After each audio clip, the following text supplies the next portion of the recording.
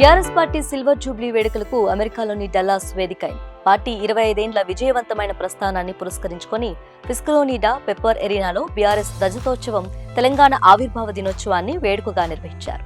వేల సంఖ్యలో అమెరికా వ్యాప్తం నుండే కాక ప్రపంచవ్యాప్తంగా తరలివచ్చిన బీఆర్ఎస్ కార్యకర్తలతో సభాస్థలి గులాబీమయమైంది.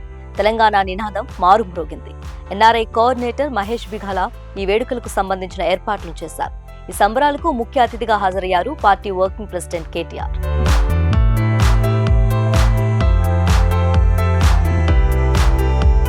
ఎన్నికలు ఉన్నప్పుడు కూడికలు తీసివేతలు ఉంటాయని 2023 ఎన్నికల్లో బీఆర్ఎస్ కు ప్రజాస్వామ్య బలం తగ్గినప్పటికీ తెలంగాణ రాష్ట్రంపై తమకున్న ప్రేమ తగ్గదు, ఆగదని అన్నారు. తమ పాలన ఆసంతం ఉద్యమ స్ఫూర్తితోనే కొనసాగిందని తెలిపారు.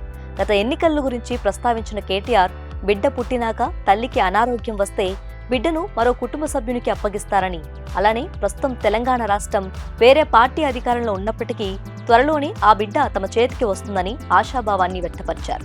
గాలివాటంగా వచ్చిన రాష్ట్రం తెలంగాణ కాదని, ఎందరో అమరవీరులు పోరాటంతో కేసీఆర్ 14 ఏళ్ల మొక్కవోని పట్టుదలతో సాధించుకున్నదని ఆయన వెల్లడించారు. బోధించు, సమీకరించు, పోరాడు అన్న అంబేద్కర్ నినాదాన్ని కేసీఆర్ ఊపిరి అని ఆయన అన్నారు.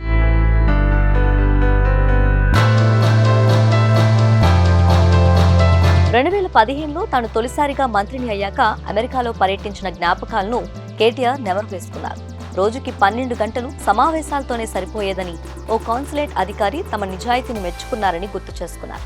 తమ నాయకుడు రాష్ట్రానికి ముఖ్యమంత్రి కాదని, రాష్ట్రాన్ని తెచ్చిన ముఖ్యమంత్రి అని, అందుకే తాము పదవిగానో బరువుగానో గాక తమ బాధ్యతగా రాష్ట్రాభివృద్ధికి పాటుపడుతున్నామని చెప్పినట్లు తెలిపారు. ప్రస్తుతం ఆర్టిఫిషియల్ ఇంటెలిజెన్స్ అందరినీ కంగారు పెడుతుందన్న కేటీఆర్ మార్పున్న చోట భయం, ఆందోళన ఉంటాయని అన్నారు.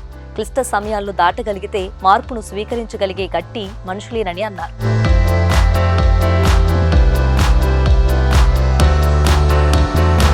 తెలంగాణ మట్టివాసనను అమెరికాకు మోసుకొచ్చిన ప్రవాసులు తమ శ్రమను, సమయాన్ని అభివృద్ధికి వినియోగించడం ఆనందించాల్సిన విషయమని చెప్పారు. తెలంగాణ రత్నాలుగా, భరతమాత ముద్దు బిడ్డలుగా, తెలుగు తేజాలుగా అమెరికాలో అందరూ రాణించాలని ఆకాంక్షించారు.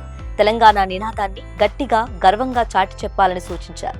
ప్రస్తుత భారతీయ విద్యార్థుల ఇబ్బందుల దృష్ట్యా అమెరికాలో బీఆర్ఎస్ ఆధ్వర్యంలో ఒక ఎన్ఆర్ఐ లీగల్ సెల్ అమెరికాలోని ఏర్పాటు చేసే ఆలోచనలో ఉన్నామని చెప్పారు. ప్రస్తుత సాంకేతిక యుగంలో భారతదేశ గతిని మార్పులతో ముందడుగు వేయించిన పివి నరసింహారావును, కేసీఆర్ పోరాట పటిమను ఆదర్శంగా తీసుకుని ప్రవాసులు ముందుకు సాగాలని పిలుపునిచ్చారు.